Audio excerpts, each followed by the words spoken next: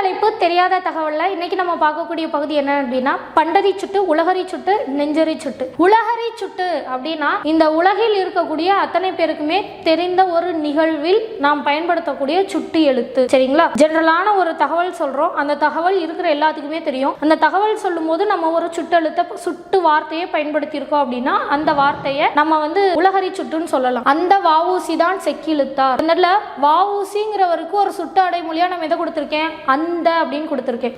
அந்த வஉசி, அந்தங்கிறது இந்த இடத்துல எல்லாத்துக்குமே தெரிந்த ஒரு சுட்டு பெயர் தான். வஉசினா யாருன்னு சொல்லிட்டு எல்லாத்துக்குமே தெரியும். அனைவருக்கும் தெரிந்த ஒரு நிகழ்வை சொல்லும் போது நான் ஒரு சுட்டு வார்த்தையை பயன்படுத்துகின்றேன், ஒரு சுட்டை எழுத்த பயன்படுத்துறேன் அப்படின்னா அதுதான் உலகரி சுட்டு.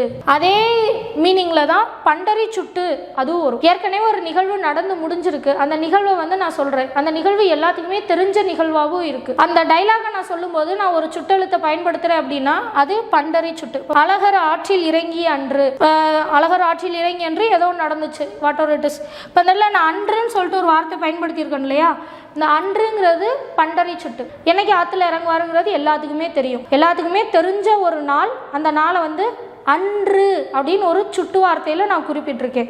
அப்போ அழகர் ஆற்றில் இறங்கிய அன்று அப்படின்னு சொல்லும்போது அன்றுங்கிறது அனைவருக்கும் தெரிந்த நாள் தான், யாருக்குமே தெரியாத நாள் இல்லை. சித்ரா பௌர்ணமிக்கு அழகர் ஆற்றுல இறங்குவாருங்கிறது எல்லாருக்குமே தெரிந்த ஒரு நாள். அந்த நாளை அன்று அப்படின்னு சொல்லிட்டு ஒரு சுட்டு வார்த்தையால் நான் குறிப்பிடுகின்றேன்.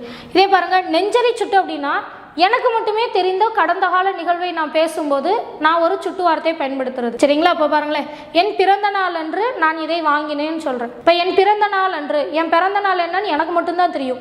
இப்போ அந்த இடத்துல நான் அன்றுன்னு ஒரு சுட்டு வார்த்தையை பயன்படுத்தியிருக்கேன், ஆனால் அந்த வார்த்தைக்கு உண்டான மீனிங் என்னன்னு எனக்கு மட்டும்தான் தெரியும்.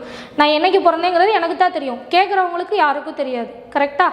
ஆனால் அந்த இடத்துல அழகர் ஆற்றில் இறங்கி அன்று இந்த பொருள் வாங்கினேன்னு சொல்லும்போது அழகர் ஆற்றில் இறங்கி அன்றுன்னு சொன்ன உடனே உங்கள் மைண்டுக்கு டக்குன்னு சித்ரா பௌர்ணமின்னு தெரிஞ்சிடும். கரெக்டாக?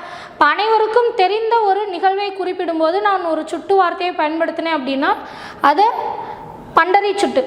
எனக்கு மட்டுமே தெரிந்த ஒரு நிகழ்வை பற்றி நான் பேசும்போது ஒரு சுட்டு வார்த்தையை பயன்படுத்தினேன் அப்படின்னா அது நெஞ்சரி சுட்டு.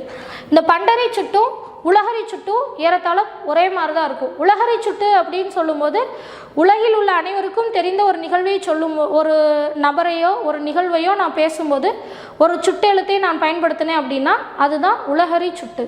சரிங்களா?